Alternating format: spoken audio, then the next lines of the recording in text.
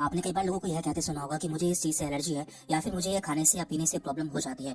तो आखिर एलर्जी क्यों होती है, इसके लक्षण क्या होते हैं और इसके लिए कौन कौन सी दवाएं इस्तेमाल की जाती है। आज की वीडियो में हम उसी के बारे में बात करने वाले हैं। तो यहाँ पर हम भारत में बिकने वाली सबसे ज़्यादा इस्तेमाल की जाने वाली एंटी एलर्जी दवाओं के बारे में बात करेंगे। उससे पहले हम ये जान लेते हैं कि एलर्जी होती क्यों है। हमारी बॉडी में एक केमिकल पाया जाता है जिसे कि हम हिस्टामिन कहते हैं। तो जब भी हमें कोई एलर्जी होती है या फिर हमें कोई इंसेक्ट काट लेता है और जैसे कि ततैया या मधुमक्खी काट लेती है तो यह हिस्टामिन हमारी बॉडी में रिलीज हो जाता है और इसके इफेक्ट हमारी बॉडी में 3 जगह देखने को मिलते हैं या फिर 3 जगह इसके रिसेप्टर पाए जाते हैं।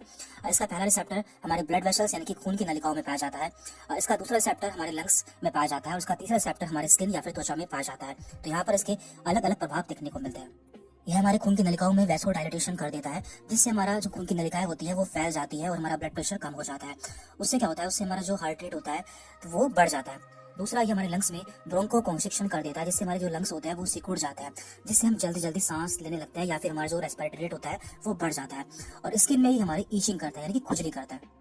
तो इसलिए हमें यहाँ पर ऐसी दवाओं की आवश्यकता होती है जो कि हिस्टामिन के इफेक्ट को कम करती है या फिर उसे ब्लॉक कर देती है। इसलिए यहाँ पर हम एंटी हिस्टामिन दवाइयों का इस्तेमाल करते हैं। तो उन्हीं के बारे में हम बात करने वाले हैं। ये जो एंटी हिस्टामिन मेडिसिन होती हैं इनकी 2 जनरेशन होती हैं या फिर 2 क्लास होती हैं और दोनों के काम अलग अलग होते हैं। तो पहले हम दवाओं के बारे में बात कर लेते हैं, फिर हम आपको इनमें अंतर बताएंगे। तो पहले हम बात करते हैं first generation anti allergic medicine के बारे में या फिर एंटी हिस्टामिन मेडिसिन के बारे में। यहाँ पे हम आपको मेडिसिन के सॉल्ट नेम और ब्रांड नेम दोनों ही बताएंगे। तो यहाँ पर हमारी पहली पॉपुलर मेडिसिन है डाइफेनिहाइड्रामिन। तो ये काफी पॉपुलर एंटी हिस्टामिन मेडिसिन है और इसका काफी पॉपुलर ब्रांड नेम है बेनाड्रिल, जो कि सिर्फ फॉर्म में मिल जाता है। इसका यूज एलर्जी कफ में किया जाता है। इसके बाद दूसरी पॉपुलर मेडिसिन है प्रोमेथाजिन। तो ये भी काफी पॉपुलर एंटी हिस्टामिन मेडिसिन है और इसका काफी पॉपुलर ब्रांड नेम है फिनार्गन। तो ये फिनार्गन नाम से आसानी से मिल जाता है और इसका एलर्जिक सिरप आता है। इसके बाद यहाँ पर तीसरी दवा है हाइड्रोक्सीजिन। हाइड्रोक्सीजिन भी एक एंटी एलर्जिक मेडिसिन है और इसका काफी पॉपुलर ब्रांड नेम है एटारेक्स, जो कि टैबलेट फॉर्म में आसानी से मिल जाती है। इसके बाद है फेनिरामिन मेलेट। तो ये भी काफी पॉपुलर मेडिसिन है और इसकी एविल टैबलेट आसानी से मिल जाती है जिसका यूज ज्यादातर इंसेक्ट बाइट में किया जाता है। इसके बाद है क्लोरफेनिरामिन। ये भी काफी पॉपुलर है और इसका काफी फेमस ब्रांड नेम है CPM। तो ये CPM नाम से मिल जाता है और बच्चों में इसका यूज कोल्ड या फिर कफ में भी किया जाता है। तो ये सब फर्स्ट जनरेशन की मेडिसिन थी। अब हम बात करते हैं सेकंड जनरेशन की मेडिसिन। तो यहाँ पर पहली मेडिसिन है सेट्रिजिन। ये भी काफी पॉपुलर एंटी एलर्जिक मेडिसिन है जो कि आपको कई सारे पॉपुलर ब्रांड नेम से मिल जाती है जैसे कि सिटजाइन, सिटसिप आदि। इसके बाद यहाँ पर दूसरी मेडिसिन है या फिर दूसरा सॉल्ट नेम है लिवोसिट्रिजिन और ये भी कई सारे ब्रांड नेम से मिल जाता है जिसमें से इसका पॉपुलर ब्रांड नेम है लिवोसिट। इसके बाद यहाँ पर अगली मेडिसिन है फेक्सोफेनाडिन। तो ये भी काफी पॉपुलर एंटी एलर्जिक मेडिसिन है और इसका एक काफी फेमस ब्रांड नेम है एलेग्रा, जो कि टैबलेट फॉर्म में आसानी से मिल जाता है। लास्ट मेडिसिन यहाँ पर लोरेटाडीन। तो इसका एक काफी पॉपुलर ब्रांड नेम है लोराटिन। तो लोराटिन नाम से आसानी से मिल जाता है। अब हम बात कर लेते हैं कि फर्स्ट जनरेशन और सेकंड जनरेशन की क्लास में क्या अंतर होता है।